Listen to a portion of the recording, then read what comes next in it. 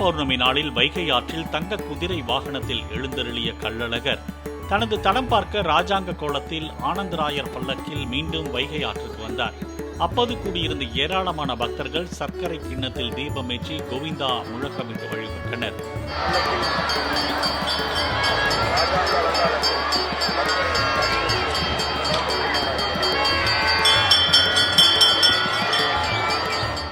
இரவு தல்லாக்குளத்தில் உள்ள ராமநாதபுரம் மன்னர் சேதுபதி மண்டபத்தில் எழுந்தருளும் கள்ளழகருக்கு திருமஞ்சனம் நடைபெற்ற பின்னர் பூப்பல்லாக்கில் அழகர் மலைக்கு மீண்டும் திரும்புகிறார்.